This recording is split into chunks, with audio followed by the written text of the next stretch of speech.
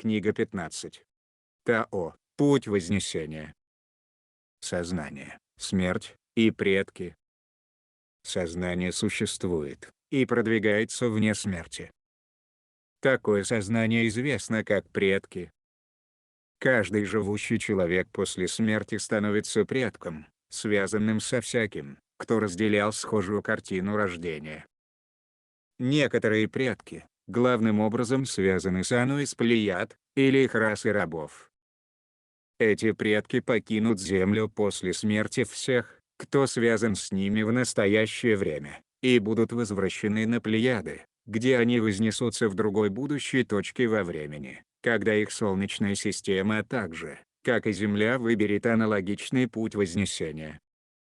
Однако другие предки, связанные с 7 красными коренными расами, отобранными на Землю Сириусом, вернутся на Сириус. У красных коренных рас отсутствует информация для формирования самоподдерживающейся биологии. Поэтому люди этой наследственности, и все относящиеся к ним предки после смерти, возвратятся к Сириусу, и вознесутся в будущем времени, когда Сириус испытает завершение своего временного цикла. Только те, у кого имеется наследственность великих мастеров, должны продвинуться Землей в великое центральное Солнце. Почему?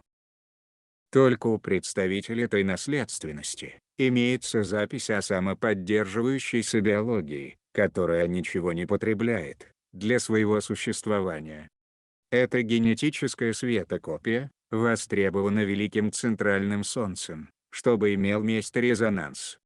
Будущие поколения продолжат рождаться в рамках человеческого вида, и каждое последующее поколение в целях завершения будет привлекать те родословные, которые требуют кармического очищения, наряду с родословными, которые могут вместе с Землей возноситься домой в великое центральное Солнце, и идущие от древних великих мастеров. Со временем, вся другая наследственность постепенно должна уйти, оставляя в человеческой форме на Земле только наследственность великих мастеров. У таких людей будет способность вознестись в 4-е измерение и выше, живя, чтобы засвидетельствовать грядущее рождение новой эры, и жизнь в великом центральном Солнце. Поэтому, всякий, кто имеет отношение к такой наследственности, испытает будущее вознесение домой, или на физическом плане, или как живой предок после смерти. Земля напоминает людям, читающим эти материалы, что реально ничто не утрачивается. Каждый вид и каждое творение должны сделать выбор возвращаться домой к великому центральному Солнцу, которое они когда-то давно покинули. Нельзя возвратиться ни к тому Солнцу, так как отсутствует соответствующая светокопия, чтобы это сделать. В связи с космическими перелетами гуманоидов, в настоящее время во многих местах космоса есть гуманоиды с биохимией, не подходящие для того, чтобы вознестись домой к наиболее родственному великому центральному Солнцу. Также обстоит дело и для многих инкарнированных сейчас на Сириусе пятимерных гуманоидов, которые подобны людям с Земли, в плане того, что касается смешивания генетических структур от нескольких великих центральных Солнц. По завершению их временного цикла, сириусианские гуманоиды, так же как и люди на Земле, столкнутся с аналогичным путем очищения, чтобы возвратиться домой. Таким же образом, все происходит сейчас для видов дельфинов и китов вместе с царствами растений, животных и минералов.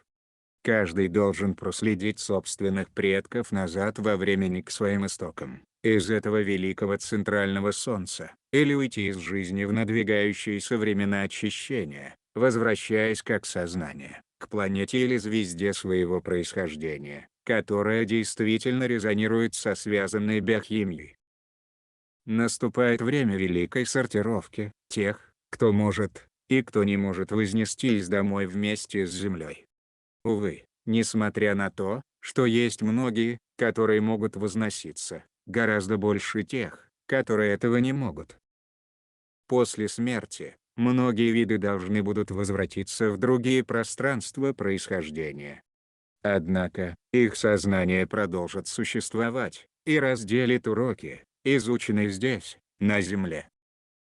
Возможно, после разделения такого опыта, гуманоиды других миров прекратят путешествовать в творения, в основе которых отсутствует подходящая для их вознесения биохимия, а также прекратят перевозить с собой животных, растения, минералы вместе с дельфинами и китами, которые также не резонируют. Потому что именно таким образом прибыли на Землю те виды, которые являются нерезонансными. Они доставлялись на гуманоидных космических кораблях и отбирались сюда неоднократно за всю историю Земли. Дельфины и киты прослеживают часть своих предков, существовавших в Великом Центральном Солнце, и часть, существовавших в Плеядах. Дельфины и киты, у которых прослеживаются предки с Плеяд, должны после смерти возвратиться к Плеядам, перенося с собой записи обретенного на Земле опыта. Таким образом, их вид на Плеядах сможет изучить некоторые жизненно важные духовные уроки, необходимые для их собственного возвращения домой. Есть также виды от других творений, которые аналогичным образом возвратятся домой, главным образом на Плеяды, Орион и Альберион.